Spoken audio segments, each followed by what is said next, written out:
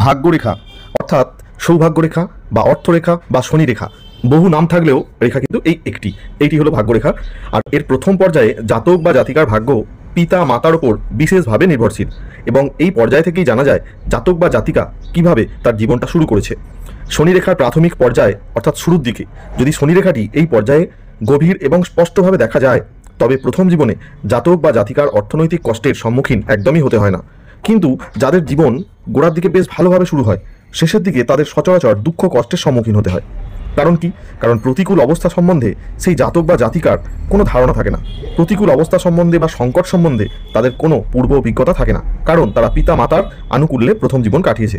অর্থাৎ প্রাথমিক পর্যায়ে প্রতিকূল অবস্থার সঙ্গে তাদের সংগ্রাম করতে হয়নি। প্রতিকূল অবস্থার সঙ্গে সংগ্রাম চালিয়ে কিভাবে নিজের অস্তিত্ব বজায় রাখতে হয় তা তারা জানে না, ফলে তারা সামান্য বিপদেই ভেঙে পড়ে।